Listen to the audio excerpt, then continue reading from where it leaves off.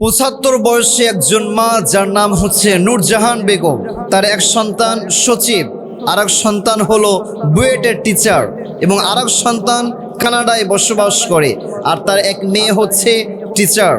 যেই মা তার সন্তানদেরকে মানুষের মতো মানুষ করার জন্য এত কষ্ট করেছে, সে মার শেষ জীবনটা এত কষ্টে কাটবে সে কখনো নিজেও কল্পনা করে নাই।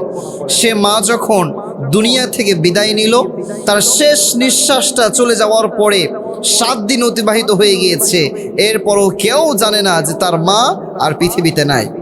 7 দিন যখন অতিবাহিত হয়ে গিয়েছে, 7 দিন পর এবার মিডিয়ার মাধ্যমে সবাই জানলো যে এই মহিলা পৃথিবীতে আর নাই। তার ঘরের যে অবস্থা আপনি দেখলে অবাক হয়ে যাবেন। তার ঘরটা একেবারে ডাস্টবিনের মতো হয়ে আছে। রাস্তার যে সমস্ত টোকাইরা যে সমস্ত জায়গাতে বসবাস করে, তার চেয়ে 1000 গুণ নোংরা জায়গাটা তার ঘর মনে হলো।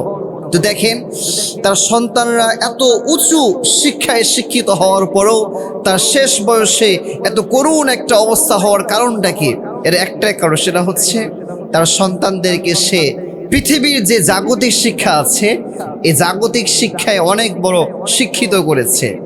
সে তার সন্তানদেরকে এই জাগতিক শিক্ষায় শিক্ষিত করে অনেক বড় সচিব বানিয়েছে, বুয়েটের টিচার বানিয়েছে, কিন্তু সে তার সন্তানদেরকে কোরআনের শিক্ষায় শিক্ষিত করে নাই।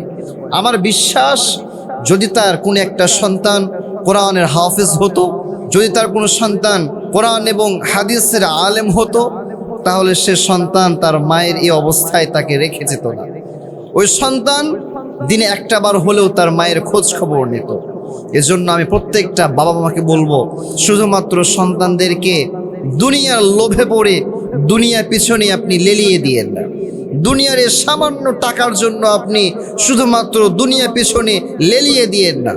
আপনি জাস্ট একটা বার ভাবেন, এই পৃথিবীতে আমরা কেউ থাকবো না, একটা সময় আমাদের মৃত্যু চলে আসবে, আমাদের সবাইকে কিন্তু মরতে হবে। এটা আমরা বিশ্বাস করি না? মানুষ যখন মারা যাবে, মানুষের মারা যাওয়ার পরে মানুষের সব আমলগুলো বন্ধ হয়ে যায়, মানুষের সব আমলগুলো বিচ্ছিন্ন হয়ে যায়, বাট 3টা আমল মানুষের মৃত্যুর পরেও জারি থাকে। তার মধ্যে একটা নেক আমল যেটা জারি থাকে, সেটা হচ্ছে নেক সন্তান, ওয়ালাদিন সালেহ।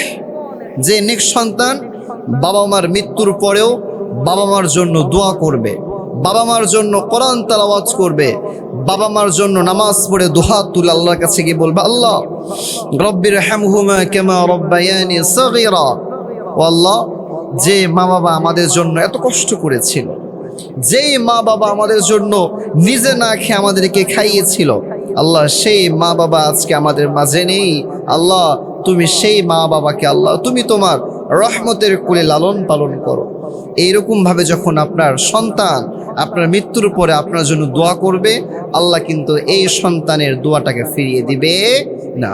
এজন্য বলবো, যাদের সন্তান আছে, যদি আপনি চান যে আপনার শেষ জীবনটা ভালোভাবে কাটুক, যদি আপনি চান যে আপনার মৃত্যুর পরেও আপনি শান্তিতে থাকবেন, তাহলে আপনাদেরকে বলবো, শুধুমাত্র দুনিয়ার পিছনে না ছুটে সন্তানদেরকে কোরআনের শিক্ষায় শিক্ষিত করেন, সন্তানদেরকে নবীজি শিক্ষায় শিক্ষিত করেন। দেখবেন আপনার জীবনটা পরিবর্তন হবে, ওই সন্তানটার জীবনটা পরিবর্তন হবে। কারণ আল্লাহ তাআলা নিজেও বলেছেন, ওয়াকাদা রাব্বুকা আল্লা তা'বুদু ইল্লা ইয়্যাহু ওয়া বিল ওয়ালিদাইনি ইহসানা।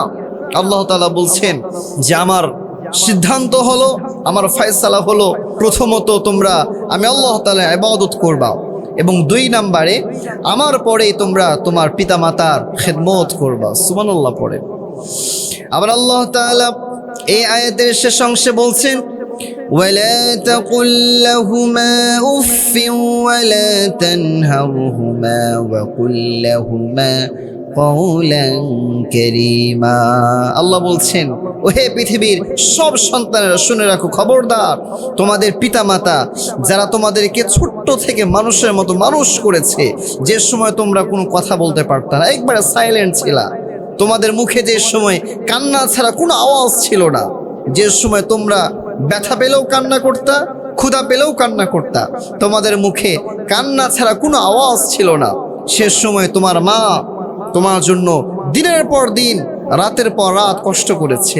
খবরদার, খবরদার, সে মা বাবা কোনো আচরণে তুমি শব্দটাও বলো না, তাদেরকে ধমক দিও না, তাদের সাথে একেবারে কোমল, তাদের সাথে একেবারে সফট ব্যবহার করো।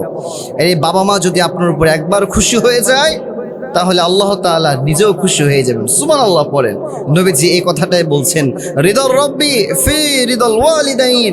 যে সন্তান তার পিতামাতাকে সন্তুষ্ট করলো, আল্লাহ তাআলা ওই সন্তানের প্রতি সন্তুষ্ট হয়ে যায়। সুবহানাল্লাহ পড়েন। ওয়াসাখাতুর রব্বি ফি সাখাতিল ওয়ালিদাইন।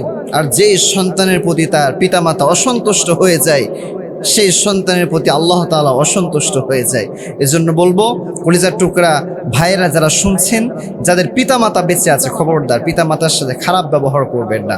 এবং যারা পিতামাতা যারা শুনছেন, আমি বলবো ছেলেদেরকে আপনি অনেক বড় শিক্ষায় শিক্ষিত করবেন, জজ বানাবেন, ব্যারিস্টার বানাবেন, অ্যাডভোকেট বানাবেন, নো প্রবলেম, আপনি বানান, আপনার যা ইচ্ছা আপনি করেন।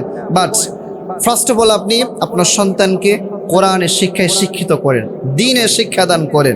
দেখবেন আপনার সন্তান আপনাকে কখনো বৃদ্ধাশ্রমে পাঠাবে না, আপনার সন্তান কখনো আপনাকে শেষ বয়সে ছেড়ে যাবে না। আল্লাহ তাআলা প্রত্যেকটা বাবা মাকে কথাগুলো বুঝার তৌফিক দান করুন। সকলে পড়ছি আমিন।